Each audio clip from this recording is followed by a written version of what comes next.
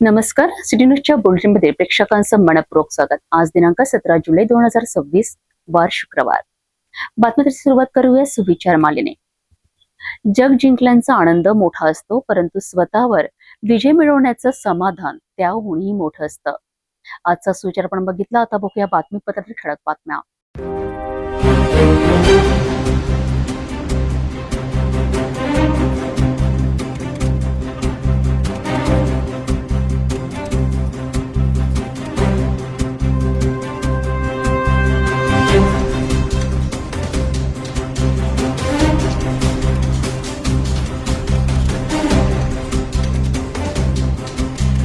आपण ठळक बातम्या बघितल्या. आता घेऊया छोटासा ब्रेक. शादी और ब्याह की शुरुआत आराधना साड़ी के साथ. Aradhana wholesale shopping mall L2 बीझलँड complex, Nandgaon Peth, Amravati, Jawahar road, Amravati. Break नंतर बघूया सविस्तर बातम्या. सुरुवातीला एक नजर टाकूया शहरातील गुन्हेगारी क्षेत्रातील घडामोडींवर. अमरावती शहरातील भटक्या कुत्र्यांच्या वाढत्या दहशतीने आता थेट एका निष्पाप चिमुरडीचा जीव धोक्यात आणला आहे. रुक्मिणीनगर परिसरात अवघ्या 9 वर्षीय सणिधी कावरे हिच्यावर मोकाट कुत्र्याने अत्यंत भीषण हल्ला करत तिच्या चेहऱ्यावर अनेक ठिकाणी चावे घेत गंभीर जखमी केलेत.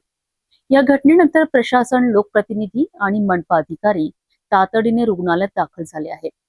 मात्र या घटनेमुळे भटक्या कुत्र्यांच्या नसबंदी मोहिमेवर आणि मनपाच्या कार्यपद्धतीवर गंभीर प्रश्न उपस्थित होत आहेत. अमरावतीच्या रुक्मिणीनगर परिसरात घडलेल्या या घटनेने संपूर्ण शहर हादरले आहेत. शेजारच्या घरातून स्वतःच्या घरी परतत असताना 9 वर्षीय सणिधी सचिन कावरे या चिमुरडीवर अचानक एका मोकाट कुत्र्याने हल्ला चढवला. कुत्र्याने तिच्या चेहऱ्यावर आणि शरीराच्या विविध भागांवर चावे घेतल्याने ती गंभीर जखमी झाली. घटनास्थळी नागरिकांनी धाव घेत मुलीची सुटका केली. त्यानंतर तिला तातडीने रेडियंट हॉस्पिटलमध्ये दाखल करण्यात आले, जिथे तिच्यावर उपचार सुरू आहेत. या घटनेची माहिती मिळताच आमदार रवी राणा, महापौर श्रीचंद तेजवाणी, उपमहापौर सचिन भेंडे, मनपा आयुक्त डॉक्टर मंगेश गोंदावले आणि अन्य वरिष्ठ अधिकारी रुग्णालयात पोहोचलेत.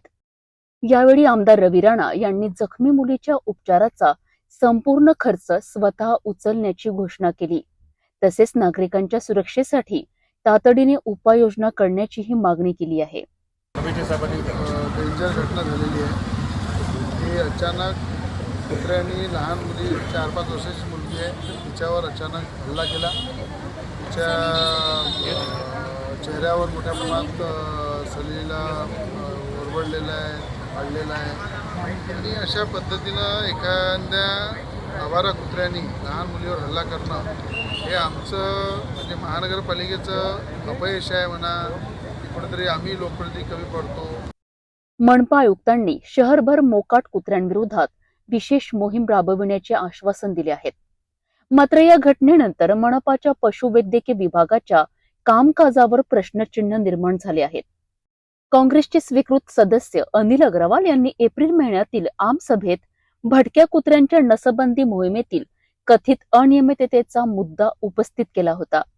मोठ्या प्रमाणात नसबंदी झाल्याचा दावा होत असताना शहरातील मोकाट कुत्र्यांची संख्या का वाढत आहे, असा सवाल त्यांनी उपस्थित केला होता. 2 आमसभे अगोदर म्हणजे एप्रिल महिन्यात तो विषय मी उचलला होता आणि माझा स्पष्ट आरोप होता की अमरावती महानगरात भटक्या कुत्र्यांची नसबंदी जे नियमाप्रमाणे आणि रीतसरप्रमाणे झाली पाहिजे, ज्याच्यासाठी महापालिका कोट्यवधी रुपये खर्च करते. म्हणजे महापालिकेने वेळोवेळी मागील 5 वर्षात याच्यावर जवळपास 2 कोटी रुपये खर्च केले. पण या 2 कोटी रुपयामधनं माझा स्पष्ट आरोप आहे की एकही काम झालं नाही.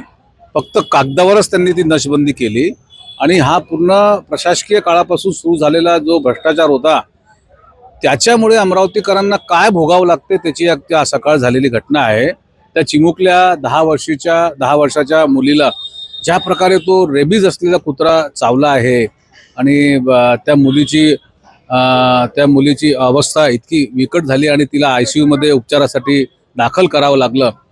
आता माझी मागणी तुमच्या निमित्तानं अशी राहील, त्या मुलीच्या उपचाराकरिता, संपूर्ण उपचाराकरिता म्हणजे वैद्यकीय आणि स्वास्थ्य उपचाराकरिता जे काही खर्च येईल दवाखान्याचा किंवा बाकी औषधांचा वगैरे, ते संपूर्ण खर्च महापालिकेने विशेष बाब म्हणून मग ते महापौरांनी तशी व्यवस्था करावी किंवा आयुक्तांनी तशी व्यवस्था करावी आणि विशेष बाब म्हणून त्या आर्थिकरित्या कमकुवत असलेल्या त्या परिवारामधल्या त्या मुलीच्या उपचाराकरिता संपूर्ण खर्च महापालिकेने करावं आणि इतकं भ्रष्टाचार असून अँटी करप्शन विभागाने तो विषय पकडला होता रिश्वतखोरीचा राहुल बोंद्रेंचा. त्याच्यानंतर ते सस्पेंड करण्यात आले. पण त्याच्यानंतरही आतापर्यंत भटक्या कुत्र्यांच्या नसबंदीसाठी जो ठेका द्यायला पाहिजे होतं महापालिकेने आतापर्यंत दिला नाही आहे. तुमच्या माध्यमाने मी सत्ता पक्षाला आणि प्रशासनाला विनंती करेल की तो जो ठेका आहे भटक्या कुत्र्यांच्या नसबंदीचा तो लवकरात लवकर द्यावा आणि तो ठेका घ्यायला जितक्या काही एजन्सी इच्छुक असेल त्या एजन्सींना मी याच्या अगोदर वृत्तपत्राच्या माध्यमाने आवाहन केलं होतं. पुन्हा तुमच्या माध्यमाने आवाहन करतो, ज्यांना काम करायचं असेल त्यांनीच तो फक्त ठेका घ्यावा. भ्रष्टाचारासाठी किंवा लाखो रुपये हडपण्यासाठी तो ठेका घेऊ नये आणि भटक्या कुत्र्यांच्या नसबंदीसाठी वेळोवेळी फक्त मीच नव्हे माझ्यासारखे आणखीन 5-10 नगरसेवक आहे जे त्याच्यावर नजर ठेवेल सर्वपक्षीय. आणि पुन्हा शेवटी विनंती करेल महापालिका प्रशासनाला आणि महापौराला आणि आयुक्तांना त्या लहान मुलीच्या अदितीच्या उपचारासाठी संपूर्ण खर्च महापालिकेने वहन करावा. विशेष म्हणजे त्या आमसभेनंतर आजपर्यंत कोणतीही ठोस कारवाई झाल्याचे दिसून आले नाही. घटना अत्यंत दुर्दैवी आहे, परंतु आम्ही डॉक्टरांना भेटलो आणि त्यांच्याशी चर्चा केली तर असं आढळून आलं की त्याला जी बेस्ट पॉसिबल ट्रीटमेंट पाहिजे, इनिशियल ट्रीटमेंट तिला पूर्ण मिळालेली आहे. हे हॉस्पिटल पण चांगलं आहे, पण तिला जे काही कट्स वगैरे आलेले आहेत डॉग बाईटचे, तर त्याच्यामुळे कदाचित प्लास्टिक सर्जरी करण्याची आवश्यकता पडू शकते. तर आपल्याकडे जे सुपर स्पेशालिटी हॉस्पिटल आहे तिथेही आम्ही चर्चा केली तर त्यांच्याकडे ही सुविधा उपलब्ध करून देऊ शकता येईल. तर आम्ही पेशंटला तिकडे शिफ्ट करायचा प्लॅन करत आहोत. मोकाट कुत्र्यांचा मोठ्या प्रमाणात संचार आहेत, अनेकांच्या तक्रारी आहेत, अनेक परिसरामध्ये मोकाट कुत्र्यांना लहान मुलांना चावा घेतल्याचा प्रकार होत आहे. यासमोर आता काय दळक कारवाईची काही मोहीम आहे? याच्या संदर्भात कारवाई तर सुरूच आहे. म्हणजे यापूर्वी ही डॉग कॅचिंगच्या ॲक्टिव्हिटीज झालेल्या आहेत आणि आता आम्ही ते आणखीन ॲग्रेसिव्हली करतो. आता आमच्याकडं 2 व्हॅन आहेत की जे डॉग कॅचिंग करतात. तर आम्ही आणखीन 2-3 व्हॅन्स वाढवतो आहे आणि मोठ्या प्रमाणावर डॉग कॅचिंग करणं, त्यांचं स्टेरिलायझेशन करणं, ऑब्झर्वेशन करणं याही गोष्टी करू. आणि त्याचबरोबर आईची ॲक्टिव्हिटी पण गरजेची आहे, कारण मुलांना किंवा वृद्धांना अचानक कुत्र्या जवळ आलं किंवा हल्ला केला तर काय खबरदारी घेणं गरजेचं आहे. कारण ह्या गोष्टी माहिती नसल्या तर त्याचा जो कुत्र्याचा आक्रमकपणा आहे तो वाढण्याची शक्यता असते. तर त्यामुळे थोडीशी आईची ॲक्टिव्हिटी पण आम्ही आता मोठ्या प्रमाणावर करू. मनपा प्रशासनाच्या वतीने जखमीला काही आर्थिक मदतीची काही अंतर्गत आता उपाययोजना काही? याच्यासाठी आम्ही आमच्या डॉक्टरांची तर नेमणूक केलेलीच आहे की हे डॉक्टर सगळं पूर्ण मॉनिटर करतील तिच्यासाठी. आणि इथून जे सुपर स्पेशालिटीमध्ये आम्ही तिला शिफ्ट करणार आहे तर तिथंसुद्धा खर्चाचं काय नियोजन आहे त्याच्यावरती आमचं पूर्ण लक्ष आहे. आणि तिला जी बेस्ट पॉसिबल मदत महापालिकेमार्फत असेल, शासनामार्फत असेल, हा देण्याचा आमचा पूर्ण प्रयत्न राहील. आता एका निष्पाप मुलीवर जीवघेणा हल्ला झाल्यानंतर प्रशासन आणि राजकीय नेत्यांची धावपळ सुरू झाली आहे. याच दरम्यान मनपाकडून नागरिकांना तक्रारी नोंदविण्याचे आवाहन करण्यात आले आहे. मात्र संपर्कासाठी देण्यात आलेले काही क्रमांक प्रतिसाद देत नसल्याची तक्रार नागरिकांकडून करण्यात येत आहे. शहरातील विविध भागांमध्ये भटक्या कुत्र्यांची संख्या दिवसेंदिवस वाढत असून नागरिकांमध्ये भीतीचे वातावरण निर्माण झाले आहे. आता प्रशासन केवळ आश्वासनांपुरते मर्यादित राहणार की प्रत्यक्षात कठोर कारवाई करणार याकडे संपूर्ण अमरावतीचे लक्ष लागले आहे. एका 9 वर्षाची मुरडीवर झालेला हा जीवघेणा हल्ला केवळ एक अपघात नाही तर शहरातील भटक्या कुत्र्यांच्या वाढत्या समस्येची गंभीर घटना आहे. नसबंदी मोहिमेवरील प्रश्न, प्रशासनाची कथित निष्क्रियता आणि नागरिकांच्या सुरक्षेचा मुद्दा पुन्हा एकदा ऐरणीवर आला आहे. आता आश्वासनापलीकडे जाऊन ठोस कारवाई होते का हे पाहणे महत्त्वाचे ठरणार आहे.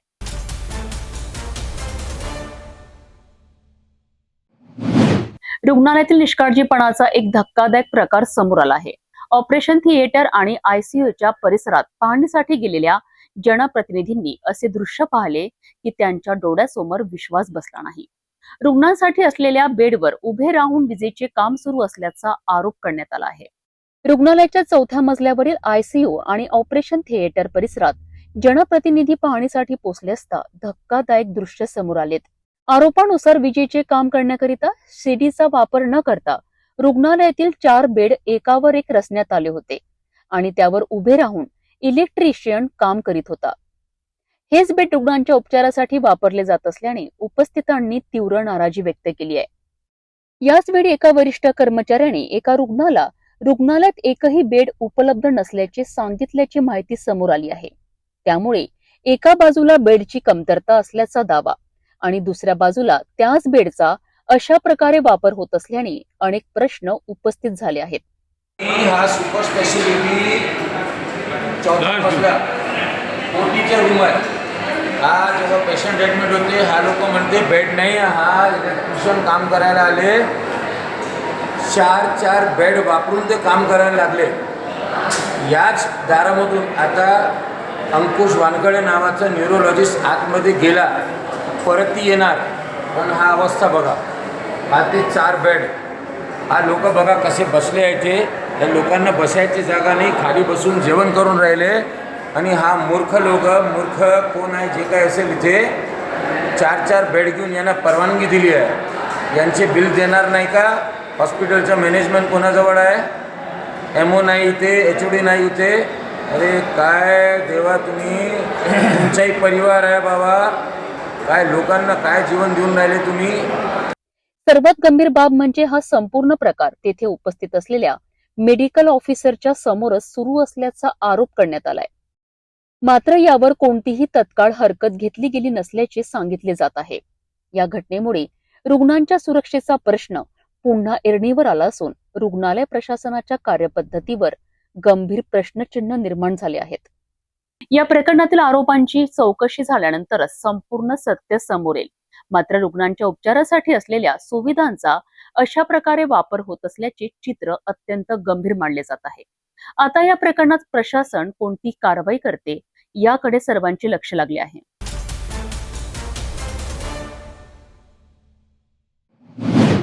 अमरावतीमध्ये धनगर समाज आणि मेंढपाळ बांधवांनी आपल्या विविध प्रलंबित मागण्यांकरिता अनोखे आंदोलन छेडले आहे. विदर्भातील अनेक जिल्ह्यातून मोठ्या संख्येने मेंढपाळ या आंदोलनात सहभागी झाले असून सरकारकडे चराई, संरक्षण आणि विमा भरपाईसह विविध मागण्या करण्यात आल्या आहेत.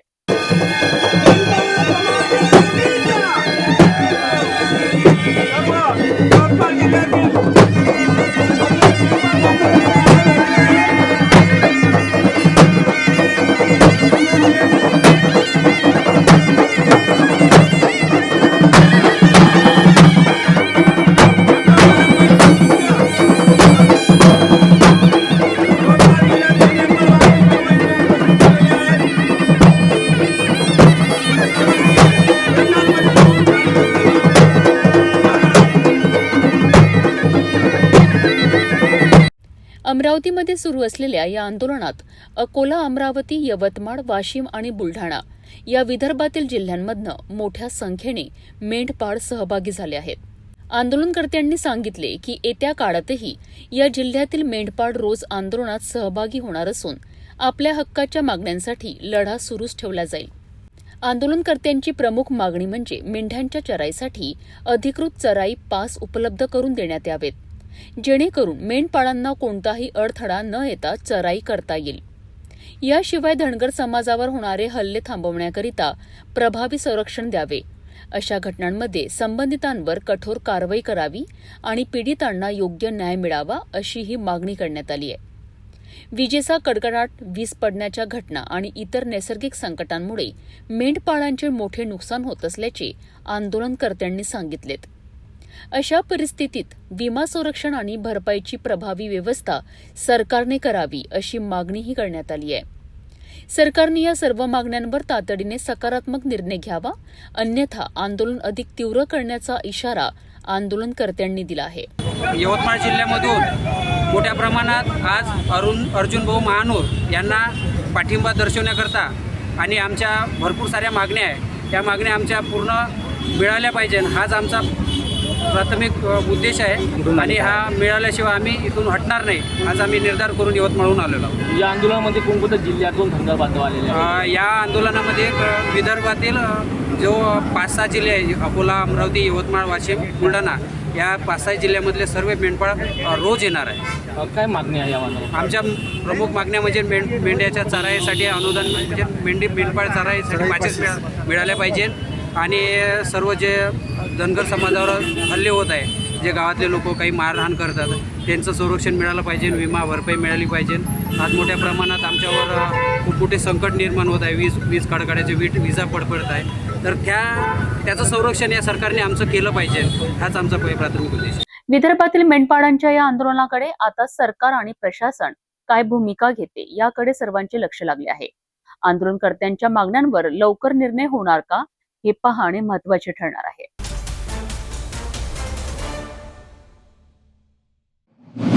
अमरावतीतील J&D मॉलच्या दुरावस्थेवर अखेर महानगरपालिका ऍक्शन मोडमध्ये आली आहे. व्यापाऱ्यांच्या सातत्याने येणाऱ्या तक्रारीनंतर आमदार रवी राणा यांच्या निर्देशानुसार उपमहापौर सचिन भेंडे आणि गटनेते नाना आमले यांनी मनपा अधिकाऱ्यांसह मॉलची पाहणी केली. या पाहणीत अनेक गंभीर त्रुटी समोर आल्या असून बिल्डरला स्पष्ट इशारा देण्यात आला आहे. बघूया याबाबत सविस्तर रिपोर्ट. J&D मॉलमधील व्यापाऱ्यांनी सातत्याने होत असलेल्या गैरसोयी आणि दुरावस्थेबाबत आमदार रवी राणा यांच्याकडे तक्रारी केल्या होत्या. या तक्रारींची दखल घेत आमदारांच्या निर्देशानुसार अमरावती महानगरपालिकेचे उपमहापौर सचिन भेंडे आणि गटनेते नाना आमले यांनी मनपा अधिकाऱ्यांसह मॉलची प्रत्यक्ष पाहणी केली. या पाहणी दरम्यान मॉलमधील पार्किंग परिसराची अत्यंत खराब अवस्था, देखभालीचा अभाव आणि विविध नागरी सुविधांची दुरावस्था अधिकाऱ्यांच्या निदर्शनास आली. स्थानिक व्यापाऱ्यांनीही सद्यस्थितीबद्दल तीव्र नाराजी व्यक्त करत बिल्डरच्या निष्काळजीपणामुळे मोठ्या अडचणी निर्माण झाल्याचा आरोप केला आहे.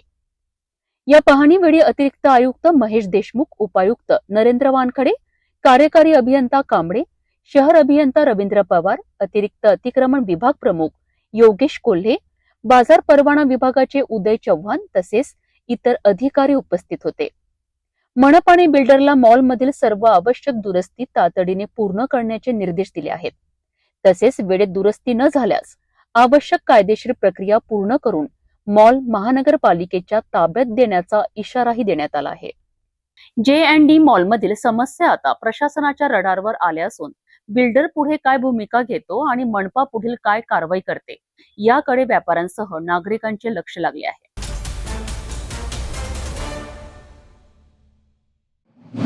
आषाढी एकादशीच्या पावन पर्वावर अमरावती शहर आज भक्तिरसात न्हाऊन निघाले. भगवान जगन्नाथाच्या भव्य शोभायात्रेने शहरातील प्रमुख मार्गावर भक्तीचा आणि उत्साहाचा अनोखा संगम पाहायला मिळाला. सायंकाळी 5:30 वाजता रंगारी गल्ली येथून भगवान जगन्नाथांची शोभायात्रा विधिवत आरती आणि पूजनानंतर प्रस्थान झाली. गाजाबाजा, ढोलताशे आणि भगवान जगन्नाथांच्या जयघोषात ही यात्रा रंगारी गल्लीतून अंबा गेट, गांधी चौक, राजकमल चौक, जयस्तंभ आणि मालवीय चौक मार्गे पुढे सरकली. यात्रेदरम्यान रस्त्याच्या दुतर्फा उभ्या असलेल्या भाविकांनी भगवान जगन्नाथांचे दर्शन घेत आशीर्वाद प्राप्त केलाय. ठिकठिकाणी चौकात आणि आकर्षक आतिषबाजीमुळे वातावरण अधिक भक्तमय आणि उत्साहपूर्ण झालेत. या भव्य शोभायात्रेत शेकडो महिला, पुरुष आणि युवकांनी सहभाग नोंदवत आषाढी एकादशीचा आनंद उत्साहात साजरा केला.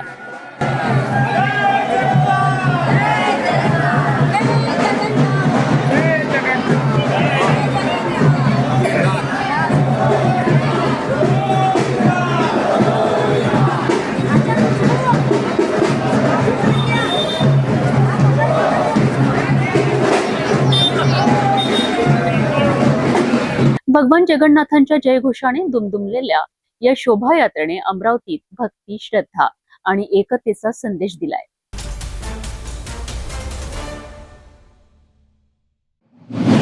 अकोल्यातून एक मोठी आणि धक्कादायक बातमी समोर आली आहे. प्रतिबंधित गुटखा व्यवसायावर आजवरचा सर्वात मोठा घाव घालत FDA आणि अकोला क्राईम ब्रांचने एका दिवसात 2 मोठ्या कारवाया केल्या आहेत. या धडक कारवाईत तब्बल 1,74,00,000 रुपयांचा गुटखा, कच्चा माल आणि अत्याधुनिक मशिनरी जप्त करण्यात आली आहे. 4 जणांना ताब्यात घेण्यात आले असून या संपूर्ण रॅकेटचा कथित मास्टरमाइंड गौरव शर्मा अद्याप फरार आहे. अकोल्यातील MIDC परिसरात सुरू असलेल्या या काळ्या साम्राज्याचा पर्दाफाश कसा झाला पाहूया या विशेष रिपोर्टमधनं. अकोल्यातील MIDC परिसरात प्रतिबंधित गुटख्याचा मोठा अवैध व्यवसाय सुरू असल्याची गुप्त माहिती खाद्य व औषध प्रशासनाला मिळाली होती. या माहितीच्या आधारे सहाय्यक आयुक्त देवानंद वीर यांच्या नेतृत्वाखाली अकोला, अमरावती आणि वाशिम येथील अधिकाऱ्यांच्या संयुक्त पथकाने महाकाया ग्रीन एनर्जी प्रायव्हेट लिमिटेडच्या परिसरात धडक छापा टाकला. छापेमारी दरम्यान कारखान्यात विमल वाह, रेड रेबल आणि बहार या नावांची प्रतिबंधित गुटखा आणि सुगंधित तंबाखूची निर्मिती सुरू असल्याचे उघड झालेत. कारखान्यातून 2,500 किलो सुपारी, 1,500 किलो गुटखा प्रीमिक्स, 380 किलो तंबाखू, 300 किलो मॅग्नेशियम कार्बोनेट, कथ्था पावडर, हजारो तयार गुटखा पाऊच, पॅकिंग रोल आणि रिकामे पाऊच जप्त करण्यात आले. याशिवाय 4 pouch packing machine, 2 blending machine, 2 granite machine, screening आणि सीलिंग मशीनसह अत्याधुनिक यंत्रसामग्रीही जप्त करण्यात आली आहे. या कारवाईत एकूण 1,23,14,480 रुपयांचा मुद्देमाल जप्त करण्यात आलाय. अकोला पोलिसांच्या स्थानिक गुन्हे शाखेनेही MIDC फेज 2 मधील एका गोदामावर छापा टाकत आणखी एका अवैध गुटखा निर्मिती केंद्राचा भंडाफोड केला आहे. पोलीस अधीक्षक अर्चित चांडक यांच्या मिळालेल्या गुप्त माहितीच्या आधारे पोलीस निरीक्षक नितीन लेव्हरकर यांच्या नेतृत्वाखाली ही कारवाई करण्यात आली आहे. या छाप्यात अशोक केदारनाथ शर्मा आणि अजय लक्ष्मण झुंजाळकर यांना अटक करण्यात आली आहे. गोदामातून सुपारी ग्राइंडर, केमिकल मिक्सर, पॅकिंग आणि sealing machine, dryer, air compressor, pouch printing machine, कृत्रिम फ्लेवर, तंबाखू, सुपारी, कथ्था आणि मोठ्या प्रमाणात तयार गुटखा जप्त करण्यात आलाय. या कारवाईत 50,72,564 रुपयांचा मुद्देमाल पोलिसांनी जप्त केला आहे. दोन्ही कारवायांनंतर अकोल्यातून चालणाऱ्या या गुटखा रॅकेटचे मोठे जाळे समोर आले आहेत. हा प्रतिबंधित गुटखा महाराष्ट्रातील कोणत्या जिल्ह्यांमध्ये आणि इतर राज्यांमध्ये पुरवला जात होता याचा तपास आता सुरू आहे. या संपूर्ण प्रकरणात गौरव शर्मा यांची भूमिका संशयाच्या केंद्रस्थानी असून तो सध्या फरार आहे. त्याचा शोध घेण्यासाठी तपास यंत्रणांनी विशेष पथके तैनात केली आहे. अकोल्यात एका दिवसात झालेल्या या 2 मोठ्या कारवायांनी गुटखा माफियांचे धाबे दणाणले आहेत. तब्बल 1,74,00,000 रुपयांचा मुद्देमाल जप्त झाल्याने या अवैध व्यवसायाचे मोठे जाळे उघड झाले आहेत. आता फरार मास्टरमाइंड गौरव शर्मा कधी अटकेत येतो आणि या रॅकेटमधील आणखी कोणती नावे समोर येतात याकडे संपूर्ण महाराष्ट्राचे लक्ष लागले आहे.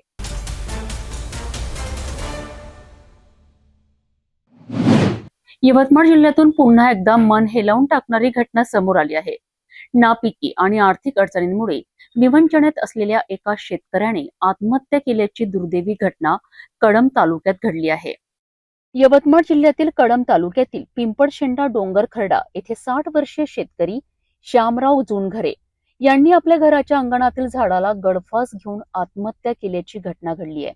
कुटुंबियांनी दिलेल्या माहितीनुसार मागील 2 वर्षांपासून सततच्या नापिकीमुळे त्यांच्यावर आर्थिक संकट ओढवले होते. यावर्षी बियाणे आणि पेरणीसाठी आवश्यक पैसा उपलब्ध नसल्याने त्यांना शेतीही करता आली नाही. याशिवाय मागील वर्षीचे कर्ज आणि पुढील शेतीचे नियोजन याचीही त्यांना मोठी चिंता होती, असे कुटुंबियांचे म्हणणे आहे. या मानसिक तणावातून त्यांनी टोकाचे पाऊल उचलल्याचा दावा कुटुंबियांनी केला आहे. श्यामराव झुनघरे यांच्या पश्चात आई, पत्नी, 2 मुले आणि 1 मुलगी असा परिवार आहे. त्यांच्या निधनामुळे कुटुंबियांवर मोठे दुःख कोसळले आहेत. घटनेची माहिती मिळताच कळंब पोलिसांनी घटनास्थळी पंचनामा करून मृतदेह शवविच्छेदनाकरिता ग्रामीण रुग्णालयात पाठविला आहे. तर या प्रकरणाचा पुढील तपास सुरू आहे. ही घटना केवळ एका कुटुंबियांचे दुःख नाही, तर शेती आणि ग्रामीण अर्थव्यवस्थेसमोरील आव्हानांकडे लक्ष वेधणारी आहे. या प्रकरणातील कारणांचा तपास पोलिसांकडून सुरू असून संबंधित कुटुंबाला मदत आणि शासकीय योजनांचा लाभ मिळावा अशी अपेक्षा व्यक्त केली जात आहे.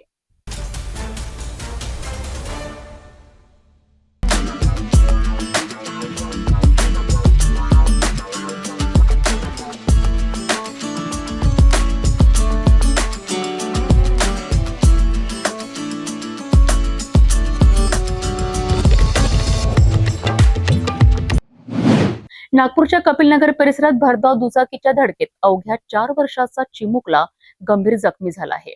या अपघातात चिमुकल्याच्या पायाला फ्रॅक्चर झाले असून त्याच्यावर रुग्णालयात उपचार सुरू आहेत. या घटनेमुळे परिसरात हळहळ व्यक्त होत आहे. नागपूरच्या कपिलनगर परिसरातील NIT गार्डन जवळ रात्री 9:30च्या सुमारास हा अपघात घडलाय. मिळालेल्या माहितीनुसार 4 वर्षीय आदित्य दिनेश खोब्रागडे हा रस्त्याच्या कडेला असताना भरधाव वेगाने आलेल्या एका दुचाकीने त्याला जोरदार धडक दिली. धडक इतकी भीषण होती की चिमुकला काही अंतरावर जाऊन पडला. या अपघातात त्याच्या पायाला गंभीर दुखापत झाली. या घटनेनंतर कुटुंबियांनी तातडीने आदित्यला रुग्णालयात दाखल केले. तपासणीनंतर डॉक्टरांनी त्याच्या पायाला फ्रॅक्चर झाल्याचे सांगितले असून प्लास्टर करण्यात आले आहेत. सध्या चिमुकल्याची प्रकृती स्थिर असल्याची माहिती डॉक्टरांनी दिली असून त्याच्यावर पुढील उपचार सुरू आहेत. कपिलनगर पोलिसांनी या प्रकरणाची नोंद घेऊन तपास सुरू केला आहे. धडक देणाऱ्या दुचाकीस्वाराची ओळख पटविण्याचे प्रयत्न सुरू आहेत. या घटनेनंतर पोलिसांनी आणि स्थानिक नागरिकांनी वाहन चालकांना निवासी भागात कमी वेगाने वाहन चालवण्याचे तसेच लहान मुलांची विशेष काळजी घेण्याचे आवाहन केले आहेत. भरधाव वाहनांचा वेग अनेकदा निष्पाप जीवांसाठी धोकादायक ठरत आहे. निवासी भागात वाहने चालवताना अधिक सतर्कता बाळगणे ही प्रत्येक वाहन चालकाची जबाबदारी आहे. या प्रकरणाचा तपास सुरू असून पोलिसांकडून पुढील कारवाई केली जात आहे.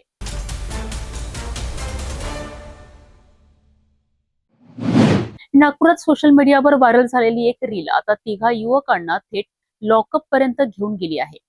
पोलिसांनी आणि कायदा सुव्यवस्थेला आव्हान देणारे वक्तव्य केल्याचा आरोप करत तहसील पोलिसांनी तिघांविरोधात गुन्हा दाखल केला आहे. पुलिस चौकी के हिसाब से शहर बांट रहे हो सुल्तान? चौकियां चाहे पुलिस की हो, शहर के कमिश्नर तो हम ही लोग हैं. नागपूरच्या तहसील पोलीस ठाण्यात 3 युवकांविरोधात भारतीय न्याय संहिता आणि माहिती तंत्रज्ञान कायद्यान्वये गुन्हा दाखल करण्यात आला आहे. शाहिद खान मोहम्मद साहिल शेख आणि रिजवान मोहम्मद अजीज अशी आरोपींची नावे आहेत. पोलिसांच्या माहितीनुसार आरोपींनी त्यांच्या इंस्टाग्राम आयडीवर एक रील तयार करून ती सोशल मीडियावर व्हायरल केली होती. या रीलमध्ये पोलीस यंत्रणा आणि कायदा सुव्यवस्थेला आव्हान देणारे वक्तव्य करण्यात आल्याचा आरोप आहे. या व्हिडिओमुळे पोलीस विभागाची प्रतिमा मलिन होत असून समाजात असंतोष निर्माण होण्याची तसेच सार्वजनिक शांतता बिघडण्याची शक्यता असल्याची पोलिसांचे म्हणणे आहे. तहसील पोलिसांनी तिन्ही आरोपींना ताब्यात घेतले असून पुढील प्रतिबंधक कारवाई सुरू आहे. मेरा नाम मोहम्मद रिजवान मोहम्मद अजीज, मैं टिल्की पनेपेट में रहता हूँ, मोमिनपुरा नागपुर. मेरा नाम शाहिद अफजल शकील खान है, मैं मोमिनपुरा हैदरी रोड में रहता हूँ नागपुर. मेरा नाम मोहम्मद साहिल मोहम्मद शकील है, मेरा रहना मोमिनपुरा तकिया दीवानशाह में है, लालपुर. हमने कुछ टाइम पहले एक वीडियो डाले थे इंस्टाग्राम पे जिसमें कुछ डायलॉग था कि पुलिस चौकी के हिसाब से शहर बांट रहे हो सुल्तान, शहर के कमिश्नर तो हम ही लोग हैं. तो ऐसी वीडियोस ना डालें जो कि गलत है और जो भी गलती है हम माफी चाहते हैं. पुलिस वीडियो दोबारा नहीं डालेंगे. पुलिस हम माफी मांगते हैं. सोशल मीडियावर प्रसिद्धी मिळवण्यासाठी केलेले व्हिडिओ आणि वक्तव्य किती महागात पडू शकतात याचे हे ताजे उदाहरण मानले जात आहे. या प्रकरणात पोलिसांचा पुढील तपास सुरू असून आणखी कोणते खुलासे होतात याकडे सर्वांचे लक्ष लागले आहे.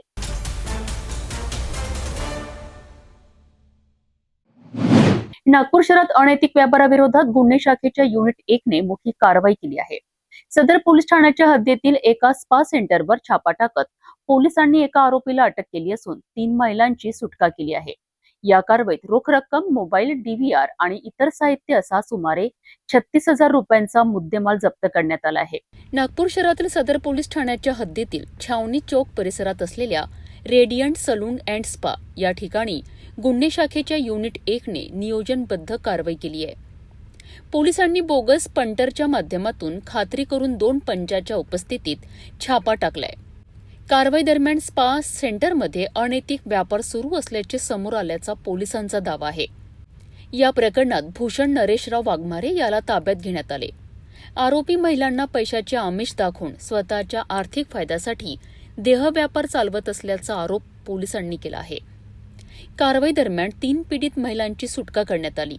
त्यांची तसेच आरोपी वैद्यकीय तपासणी करण्यात आली. पोलिसांनी बोगस पंटरसाठी वापरण्यात आलेली रक्कम, ग्राहकांकडून मिळालेली रोकड, अँड्रॉइड मोबाईल, DVR बॉक्स तसेच इतर साहित्य असा सुमारे 36,000 रुपयांचा मुद्देमाल जप्त केलाय. या प्रकरणी सदर पोलीस ठाण्यात भारतीय न्याय संहिता आणि अनैतिक व्यापार प्रतिबंधक अधिनियमातील संबंधित कलमान्वये गुन्हा दाखल करण्यात आला आहे. तसेच पुढील तपास पोलीस करीत आहेत. नागपूर पोलिसांनी अनैतिक व्यापाराविरोधात ही महत्त्वाची कारवाई करत अशा बेकायदेशीर प्रकारांवर कठोर कारवाईचा इशारा दिला आहे. या प्रकरणातील पुढील तपासात आणखी कोणती माहिती समोर येते याकडे सर्वांचे लक्ष लागले आहे.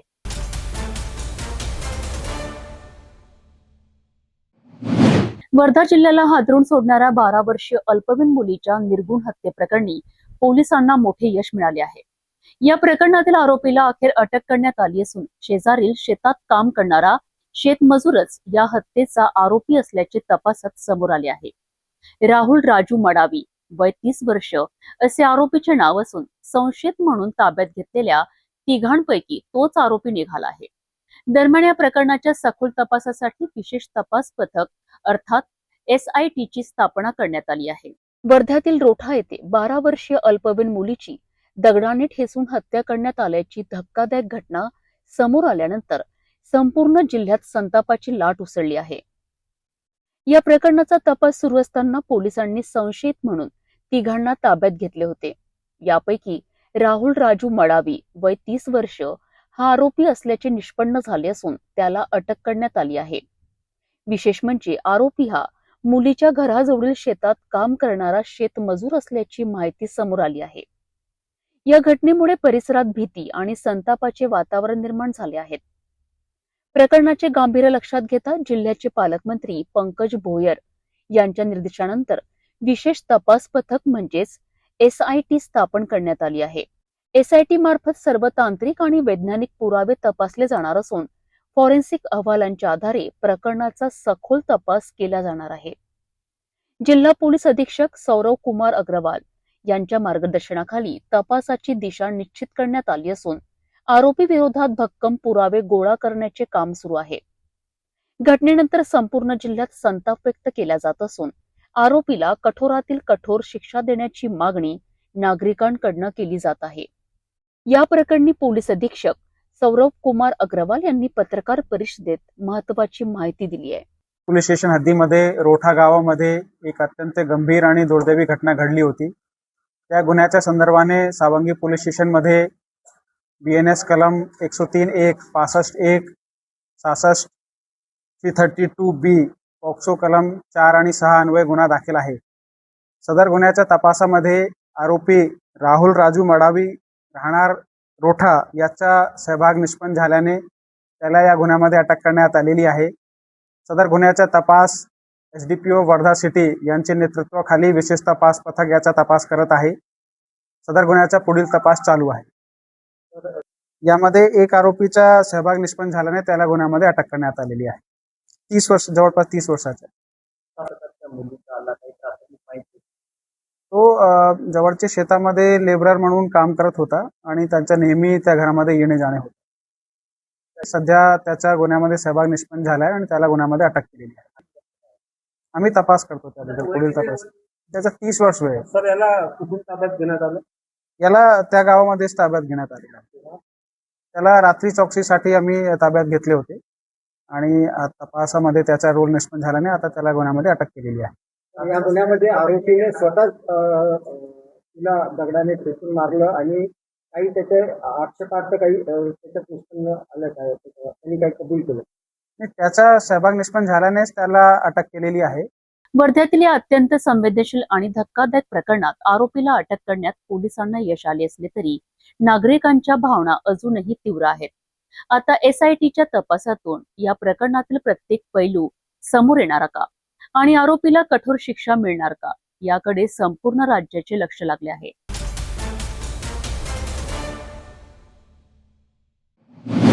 नांदेड जिल्ह्यातून एक अत्यंत धक्कादायक आणि हृदय पिळून टाकणारी घटना समोर आली आहे.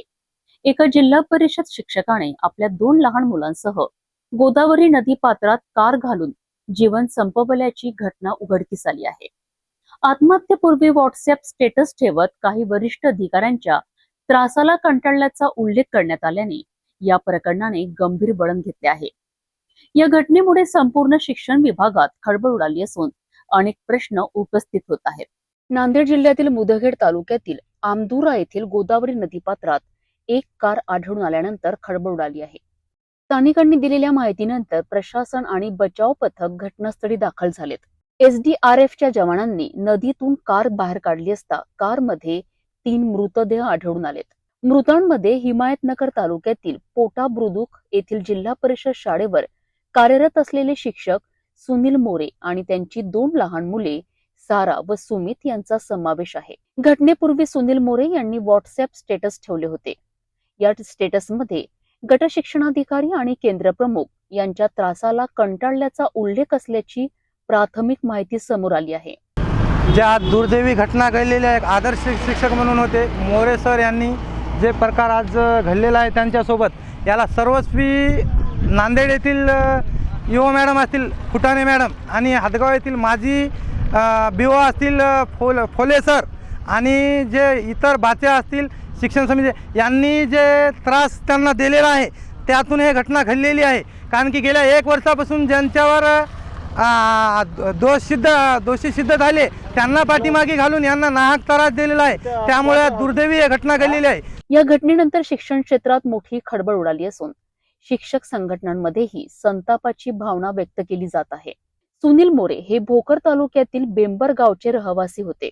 त्यांच्या अकाली निधनामुळे कुटुंबियांवर दुःखाचा डोंगर कोसळला आहे. या प्रकरणाची पोलीस सखोल चौकशी करत असून आत्महत्येमागील नेमके कारण काय याचा तपास सुरू आहे. की पुणेगावच्या आपल्या गोदावरी नदीच्या पुलावरून एक गाडी नदीमध्ये कोसळली आहे. मला जेव्हा फोन आला मी तात्काळ आमचे PI साहेब माननीय चिंचोलकर साहेब, आमचे तहसीलदार वाडकर साहेब यांना फोन केला व प्रशासनाच्या सहकार्याने मला साहेबांनी जे सांगितलं की बा तुम्ही जीवरक्षक दलाला कॉल करा, तलाठी मॅडमला कॉल करा आणि होईल तेवढं लवकर स्पॉटवर जा आणि काय आहे ते परिस्थितीची माहिती घेऊन आम्हाला द्या. मी तात्काळ साहेबाला फोन केला. साहेबाला फोन केल्या आमचे पोलीस प्रशासन तहसीलदार साहेबाच्या आदेशानुसार आली इथं आम्ही आलो आणि इथं आल्यावर आम्हाला कळालं की एक व्यक्ती त्या गाडीमध्ये होता आणि त्याच्यासोबत 2 मुलं असण्याची शक्यता आहे.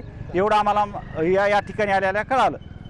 गाडी कोणती होती आणि गाडी कोणी गाडी मुदखेड करून वाजेगावकडे जात होती. मग आमच्या इथे एक टर्न आहे, त्या टर्नावरून पुन्हा कल्ली आणि गाडी एवढ्या स्पीडमध्ये होती की ते साईडचे हे कठडे तोडून गाडीमध्ये पडली. एका शिक्षकाने आपल्या 2 निष्पाप मुलांसह इतके टोकाचे पाऊल का उचललेत? व्हॉट्सअप स्टेटसमध्ये उल्लेख केलेल्या आरोपांमध्ये किती तथ्य आहे आणि या घटनेला जबाबदार कोण याची उत्तरे आता तपासातूनच समोर येणार आहे. मात्र या घटनेने संपूर्ण राज्याला हादरून सोडले असून शिक्षण व्यवस्थेतील तणाव आणि दबावाचा प्रश्न पुन्हा एकदा ऐरणीवर आला आहे.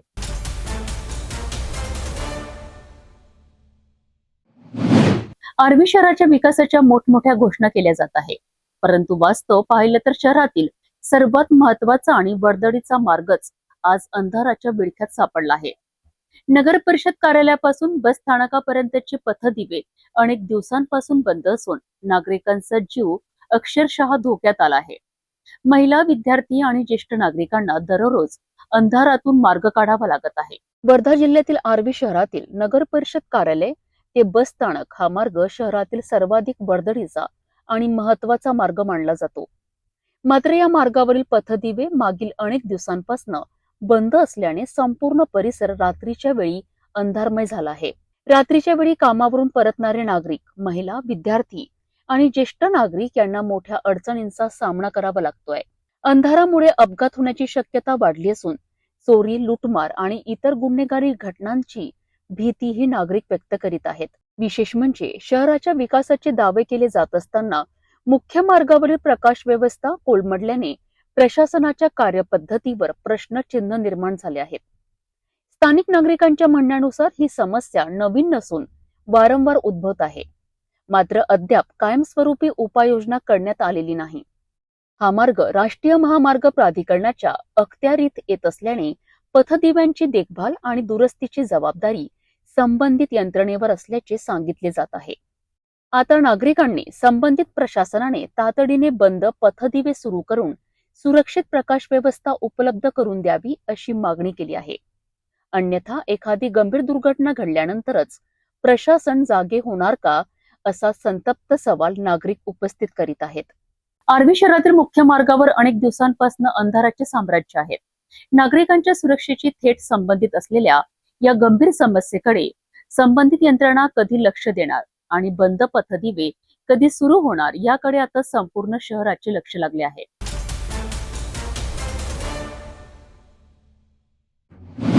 नंदुरबार जिल्ह्यातील शहादा तालुक्यातून आईच्या धाडसाची अंगावर काटा आणणारी घटना समोर आली आहे. घरात अचानक घुसलेल्या बिबट्याशी एक आई थेट भिडली. आपल्या 2 लहान मुलांचे प्राण वाचवले आणि जखमी अवस्थेतही बिबट्याला घरात कोंडून ठेवत संपूर्ण गावावरचे संकट टाळले. शहादा तालुक्यातील होड मोहिदा गावात मंगळवारी रात्री वैशाली विशाल भांबरे यांच्या घरात अचानक एक बिबट्या शिरल्याची घटना घडली. त्यावेळी वैशाली भांबरे घरकाम करीत होत्या तर त्यांची 2 लहान मुले घरात खेळत होती. अचानक बिबट्याने एका मुलावर झडप घातल्याचे सांगितले जाते. क्षणाचाही विलंब न करता वैशाली भांबरे यांनी आपल्या मुलाला वाचवण्याकरिता बिबट्यावर झेप घेतली. या झटापटीत बिबट्याने त्यांच्यावर हल्ला करत चावा घेतला आणि नखांनी गंभीर जखमा केल्या. गंभीर जखमी होऊनही त्यांनी धैर्य न गमावता बिबट्याला प्रतिकार केला. या दरम्यान त्यांनी आपल्या मुलांना घराबाहेर पळून जाण्यास सांगितले आणि दोन्ही मुलांचे प्राण वाचलेत. मुलं सुरक्षित बाहेर गेल्यानंतर वैशाली भांबरे यांनी स्वतः घराबाहेर येऊन घराचे दरवाजे बाहेरून बंद केलेत आणि बिबट्याला घरातच कोंडून ठेवले. त्यांच्या या प्रसंगावधानामुळे बिबट्या गावात बाहेर पडून आणखी कोणावरही हल्ला करू शकला नाही. घटनेची माहिती मिळताच वन विभागाचे अधिकारी घटनास्थळी दाखल झालेत. सुमारे 3 तास चाललेल्या रेस्क्यू मोहिमेनंतर बिबट्याला सुरक्षितपणे जेरबंद करण्यात आले. या घटनेत वैशाली भांबरे यांच्यासह एकूण 4 जण जखमी झाले असून त्यांच्यावर रुग्णालयात उपचार सुरू आहेत. वैशाली भांबरे यांच्या अद्वितीय धाडसाचे सर्वत्र कौतुक होत असून अनेक जण त्यांची तुलना शिवकालातील धाडसी हिरणकणीशी करीत आहेत.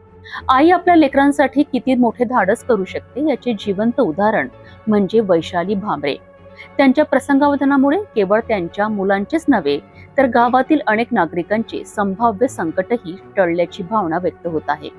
त्यांच्या प्रकृतीत लवकर सुधारणा व्हावी अशी सर्वजण प्रार्थना करीत आहेत.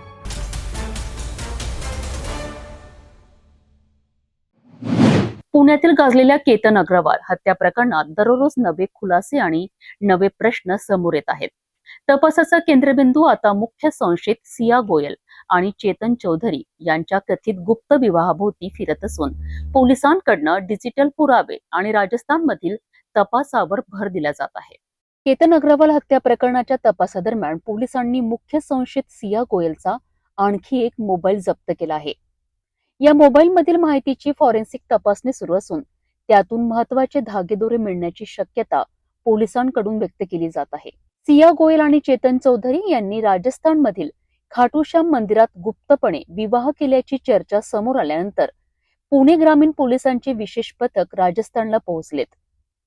पोलिसांनी मंदिर प्रशासनाशी संपर्क साधून उपलब्ध सीसीटीव्ही फुटेजची तपासणी केली. मात्र आतापर्यंत या कथित विवाहाचा कोणताही ठोस सीसीटीव्ही पुरावा हाती लागलेला नसल्याची माहिती समोर आली आहे. त्यामुळे हा विवाह प्रत्यक्षात झाला होता की नाही याबाबतचा तपास अद्याप सुरू आहे. सध्या सिया गोयल आणि चेतन चौधरी हे दोघेही न्यायालयीन कोठडीत असून पुढील सुनावणी दरम्यान त्यांना न्यायालयात हजर करण्यात येणार आहे. या प्रकरणात केतन अग्रवाल यांच्या आईने पंतप्रधान नरेंद्र मोदी यांना पत्र लिहून न्याय मिळवून देण्याची विनंती केली आहे. मुलाच्या मृत्यूनंतर संपूर्ण कुटुंबियांवर मोठे दुःख कोसळल्याचे त्यांनी पत्रात नमूद केले आहेत. पोलिसांचा तपास सुरू असून न्यायालयीन प्रक्रिया पूर्ण झाल्यानंतरच या प्रकरणातील सर्व तथ्य स्पष्ट होणार आहे. केतन अग्रवाल हत्या प्रकरणात अनेक दुव्यांचा तपास अजूनही सुरू आहे. पोलिसांच्या तपासातून पुढे कोणते नवे पुरावे समोर येतात आणि न्यायालयीन प्रक्रियेत कोणते निष्कर्ष निघतात याकडे संपूर्ण राज्याचे लक्ष लागले आहे.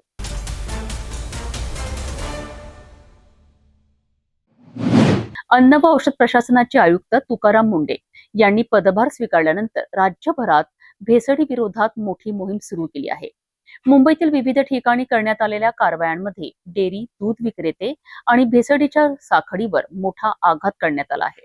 एफडीए आयुक्त तुकाराम मुंढे यांच्या निर्देशानुसार मुंबईतील मरीन लाईन्स परिसरातील प्रसिद्ध पारसी डेअरी फार्मची तपासणी करण्यात आली. तपासणी दरम्यान अस्वच्छ परिसर, उत्पादनासाठी लागणारा कच्चा माल अयोग्य पद्धतीने साठवणे, आवश्यक स्वच्छता सुविधा नसणे, कर्मचाऱ्यांच्या वैद्यकीय तपासणीच्या नोंदणीचा अभाव आणि पॅकेजिंगवरील आवश्यक माहितीतील त्रुटी आढळल्याचे एफडीएने सांगितले. या निरीक्षणाच्या आधारे संबंधित डेअरीचा परवाना निलंबित करण्यात आलाय. यानंतर गोरेगाव परिसरात दुधाच्या पिशव्यांमध्ये कथित छेडछाड करून विक्री करणाऱ्या टोळींवर कारवाई करण्यात आली आहे. या प्रकरणात 2 जणांना अटक करण्यात आली असून शेकडो दुधाच्या पिशव्या जप्त करून त्यातील दूध नष्ट करण्यात आले. गोवंडी परिसरातही एफडीएने एका डेअरीवर छापा टाकत नियमांचे उल्लंघन करून विक्रीसाठी ठेवण्यात आलेल्या मोठ्या प्रमाणातील दूध जप्त केलेत. अधिकाऱ्यांच्या माहितीनुसार हे दूध नियमानुसार नष्ट करण्यात आलेत. एफडीएच्या सलग कारवायांमुळे भेसळ करणाऱ्यांमध्ये भीतीचे वातावरण निर्माण झाल्याचे व्यावसायिकांचे म्हणणे आहेत. त्याचबरोबर बाजारात शुद्ध दूध आणि दुग्धजन्य पदार्थांची मागणी वाढल्याची माहितीही समोर येत आहे. काही व्यावसायिकांच्या मते शुद्ध पनीरच्या दरात वाढ झाली असली तरी या कारवायांचा फायदा प्रामाणिक दूध उत्पादक आणि शेतकऱ्यांना होऊ शकतो. अन्न सुरक्षेच्या दृष्टीने एफडीएची ही मोहीम किती प्रभावी ठरते आणि भेसळीवर कितपत आळा बसतो हे त्या काळात स्पष्ट होईल. मात्र ग्राहकांच्या आरोग्याशी तडजोड करणाऱ्यांवर कठोर कारवाई सुरू राहणार असल्याचे संकेत या मोहिमेतून मिळत आहे.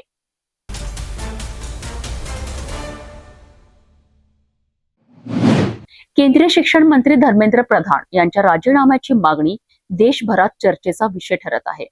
समाजसेवक सोनम वांगचुक यांनी दिल्लीतील जंतर मंतर येथे उपोषण सुरू केल्याचा दावा करण्यात येत असून परीक्षा व्यवस्थेतील कथित त्रुटी आणि पेपरफुटीच्या घटनांवरनं विद्यार्थ्यांमध्ये तीव्र नाराजी व्यक्त केली जात आहे. देशातील विविध स्पर्धा आणि शैक्षणिक परीक्षांशी संबंधित अनेक वादानंतर केंद्रीय शिक्षण मंत्रालयाच्या कामकाजावर प्रश्न उपस्थित केले जात आहेत. दाव्यानुसार 2026 मधील नीट यूजी परीक्षेच्या कथित पेपरफुटीमुळे परीक्षा रद्द करण्याची वेळ आली.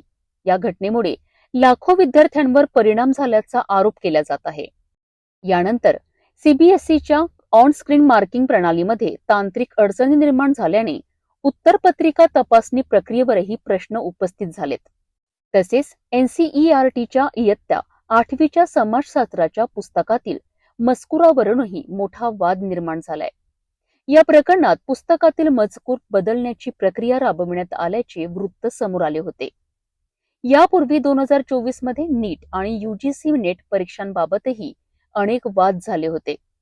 काही प्रकरणांचा तपास केंद्रीय तपास यंत्रणांकडे सोपविण्यात आला होता. जेईई ऍडव्हान्स परीक्षेशी संबंधित विद्यार्थ्यांच्या डेटाच्या सुरक्षतेबाबतही प्रश्न उपस्थित करण्यात आले होते. या सर्व घटनांचा उल्लेख करत समाजसेवक सोनम वांगचुक यांनी परीक्षा व्यवस्थेत व्यापक सुधारणा करण्याची मागणी केली आहे. तसेच केंद्रीय शिक्षण मंत्री धर्मेंद्र प्रधान यांनी नैतिक जबाबदारी स्वीकारून राजीनामा द्यावा अशी मागणी आंदोलनकर्त्यांकडून करण्यात येत आहे. या विषयावर केंद्र सरकार किंवा शिक्षण मंत्रालयाकडून अधिकृत भूमिका आणि संबंधित तपास यंत्रणांचे निष्कर्ष महत्त्वाचे ठरणार आहे. परीक्षा व्यवस्थेतील पारदर्शकता, विद्यार्थ्यांचा विश्वास आणि जबाबदारी या मुद्द्यांवर देशभरात चर्चा सुरू आहे. या मागण्यांवर केंद्र सरकार काय निर्णय घेते आणि पुढील घडामोडी काय होतात याकडे सर्वांचे लक्ष लागले आहे.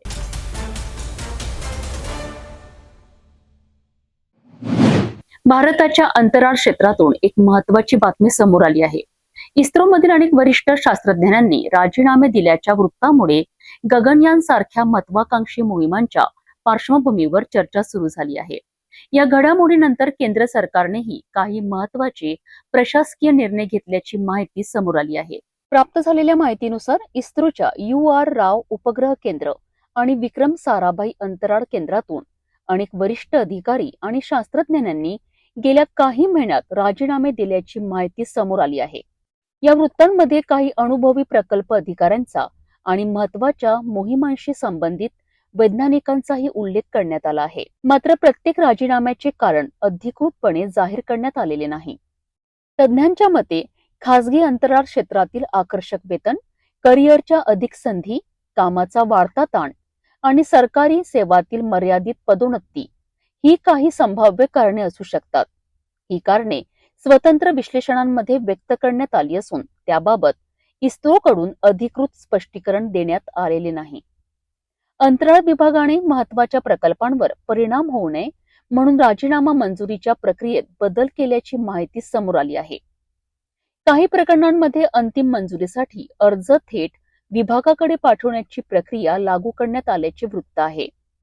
इस्रोचे अध्यक्ष बी नारायण यांनी परिस्थिती नियंत्रणात असल्याचे सांगितले असून गगनयान मोहिमेचे नियोजित टप्पे वेळापत्रकानुसार पूर्ण करण्याकरिता संस्था कार्यरत असल्याचेही स्पष्ट केले आहे.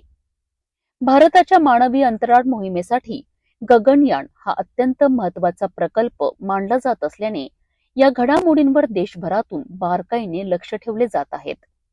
इस्रोमधील राजीनामे, त्यामागील कारणे आणि गगनयान मोहिमेवरील संभाव्य परिणाम याबाबत पुढील अधिकृत माहिती आणि घडामोडी महत्वाच्या ठरणार आहेत. भारताच्या अंतराळ कार्यक्रमाकरिता हा काळ अत्यंत निर्णायक मानला जात आहे.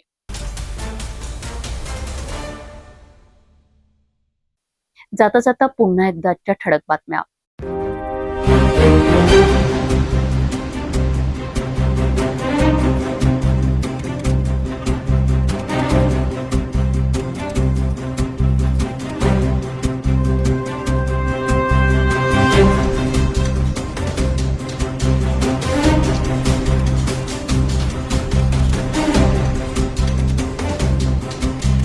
आता सिटी न्यूज चॅनल आपल्या टीव्हीवरही बघू शकता. अमरावती जिल्ह्यानंतर विदर्भ आणि महाराष्ट्राचे दर्शक घर बसल्या आपल्या केबल टीव्हीवर सिटी न्यूजच्या बातम्या पाहू शकाल. जर आपल्या टीव्हीवर सिटी न्यूज चॅनल दिसत नसेल तर आपण आपल्या केबल ऑपरेटर संपर्क करावा. आपण सिटी न्यूज केबलच्या व्यतिरिक्त युट्यूब, फेसबुक, इंस्टाग्राम आणि ट्विटरवर बघू शकता. याकरिता सोशल मीडिया अकाउंट सबस्क्राईब करा, फॉलो करा, लाईक करा. युट्यूब अकाउंट सबस्क्राईब करण्याकरिता सबस्क्राईब बटनाला क्लिक करा आणि बेल आयकॉन दाबायला विसरू नका, कारण सत्य समाचार आपल्यापर्यंत पोहोचणार आहेत. तसेच सिटी न्यूजचे फेसबुक पेज लाईक करा, इंस्टाग्राम आणि ट्विटर हँडल फॉलो करा. आपण व्हॉट्सअपवर सुद्धा सूचना देऊन न्यूज प्राप्त करू शकता. व्हॉट्सअप नंबर स्क्रीनवर येत आहे. हे बातमीपत्र एवढ्यावरच थांबूया. पुन्हा भेटू नवीन घडामोडीसोबत. आपण बघत राहा फक्त सिटी न्यूज. हर खबर पर पैनी नजर, हर मुद्दे पर सटीक वार, यही है सिटी न्यूज की पहचान. जहाँ सच्चाई की आवाज दबाई जाती है वहाँ सिटी न्यूज उठाता है सवाल. हर स्क्रीन पर, हर प्लेटफॉर्म पर हमारी मौजूदगी बोलती है. सिटी न्यूज हमेशा सच के साथ.